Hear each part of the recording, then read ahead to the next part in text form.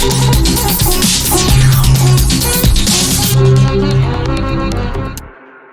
friends, welcome to our channel. Let us try to understand how Ayodhya was at the time of Ram. I am going to describe Ayodhya based on Valmiki Ramayana. If you like our channel, just click the like button and subscribe our channel so that you can get notifications for the upcoming videos. Let us directly go to the topic. This is the description of the city of Ayodhya. In the past, the entire earth was under the dominion of victorious kings, starting with Prajapati. Among them, a king named Sagara. He had excavated the ocean, and his 60,000 sons accompanied him in battle. The renowned epic Ramayanam or Ramayana originated from the lineage of powerful emperors founded by Ikshvaku. I am committed to disseminating this Ramayanam, encompassing the principles of Dharma, Artha and Kama in its entirety and without bias from the outset. On the banks of river Sarayu, a great and prosperous country named Kosala, abundant in food grains and wealth and inhabited by contented people, was situated. The capital city of Kosala was Ayodhya, crafted by Manu. It was a splendid city with well-organized streets extending 12 yojanas in length and 3 yojanas in breadth. Ayodhya's thoroughfares were adorned with beautiful flowers and regularly sprinkled with water, presenting a magnificent sight. King Dasharatha, akin to Indra in heaven, enhanced the prosperity of his kingdom. The city of Ayodhya had arched gateways, bustling markets, various artisans, and an abundance of instruments and weapons. It was enclosed by strong fortifications and a deep moat. No enemy can enter and occupy that city. The city with suburban towns on all sides had many female dancers and actors. Ayodhya was filled with gardens, mango groves, and filled by sal trees. It abounded with several elephants and horses, cattle, camels, and mules. Ayodhya attracted many tributary kings who used to pay tributes, merchants from diverse lands, and resembled Indra's Amaravati with its majestic mountains and mansions adorned with precious stones, with groups of men and women, and adorned with 7-storied palaces. It looked wonderful, like a board where the game of Ashtapada is played. It was rich in all kinds of gems. Its houses were constructed on leveled ground with no space left unutilized. It was abundant, stocked with fair-grained rice and water which tasted sweet like sugarcane juice. The city resonated with the sounds of trumpets, drums, stringed instruments, and panavas. Ayodhya surpassed all other cities on the earth. Its palaces, akin to celestial chariots acquired through ascetic practices, housed noble inhabitants. Thousands of skilled warriors, Maharathas, resided in the city, proficient in archery and valor. They safeguarded the city against fierce beasts like wild boars, lions, and tigers in the forest, and maintained order. The warriors in Ayodhya would not pierce with arrows solitary persons, persons without defense, fleeing foes who could be tracked down through hints from sound. It was in that city of Ayodhya that King Dasharatha lived. In Ayodhya, Dvijas performed rituals of sacrificial fire with dedication, possessing knowledge of the Vedas and Vedangas. The inhabitants were virtuous, truthful, and almost comparable to rishis and maharshis. King Dasharatha following the traditions of Manu, ruled the world with Vedic wisdom, prosperity, and might. Under Dasharatha's rule, the people of Ayodhya were content, virtuous, well versed in sacred texts, and self sufficient. The city thrived without the presence of lustful, miserly, unscholarly, or atheistic individuals. The citizens were righteous, self-controlled, and adorned with ornaments embodying purity and prosperity. The city was a haven of charitable deeds, devoid of thieves or those of improper descent. Dasharatha was dear to the inhabitants of towns and villages.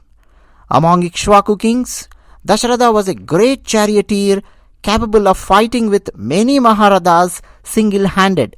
Dasharatha performed many sacrifices and was devoted to the practice of dharma. He was in full control over his subjects. He was a great sage, a royal saint, and renowned in the three worlds. He was a destroyer of enemies. In riches, he was comparable to Indra and Kubera. King Dasharatha, who always kept his word and followed dharma, attained prosperity and pleasure in equal measure by righteous means, ruled that best of the cities as Indra ruled Amravati. The people living in that excellent city were happy, virtuous, well-read in the Vedas and the Shastras, and content with the possessions of their own. They were free from avarice and always spoke the truth.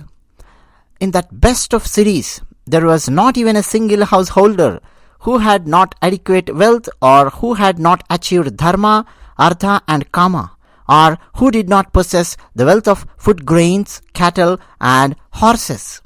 All men and women in that city were of righteous conduct, fully self-controlled and prosperous with good conduct and behavior. Ayodhya citizens were pure like Maharshis. In Ayodhya, there was none without ear ornaments, without coronet, without wearing garlands, and none unclean, and none without the anointment of fragrance on the body.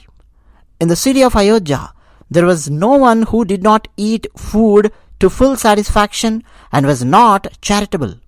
None was found without wearing ornaments on the hands and bracelets on the upper arms and around the neck.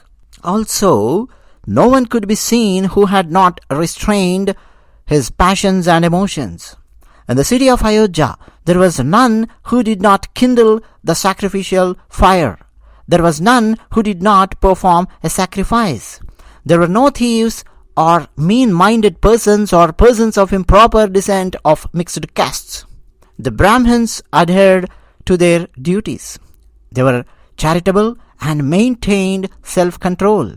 Atheism, falsehood, and ignorance were absent in Ayodhya. Ayodhya was a city of wealth, beauty, and unwavering devotion to the king. The four Varnas coexisted harmoniously, with each fulfilling their respective roles, and the city thrived under Dasharatha's wise administration. There was no one who was jealous, incompetent, or illiterate. There was no Brahmin who was not well versed in the Vedangas or who did not perform religious vows. There was not even one who would not donate in thousands. There was no one distracted or depressed. In Ayodhya, there was no man or woman who was not endowed with wealth or beauty. It was not possible to see anyone who had no devotion for the king. There, in Ayodhya, the best of cities, the first of four Varnas, that is Brahmins, they used to worship gods and guests. They had the sense of gratitude. They were munificent, heroic, and possessed prowess. They lived long, they were righteous and truthful, and they lived together with their sons, grandsons, and wives. The Kshatriyas were obedient to Brahmins and Vaishyas followed Kshatriyas. Shudras assisted the three Varnas and all were fully occupied in their respective professions. The city was ably governed by Dasharatha. He is great among the Ikshvakus in the same way as it was previously administered by Manu, the foremost among men and the most intelligent. It abounded with warriors, like a cave with lions. They were almost like flaming fire, the most determined among experts and accomplished in learning the science of arms. The city was full of excellent horses born in the regions of Kamboja, Bahlika, Vanayu and Sindhu, similar to that of Indra's horse. It is called Uchaishrava.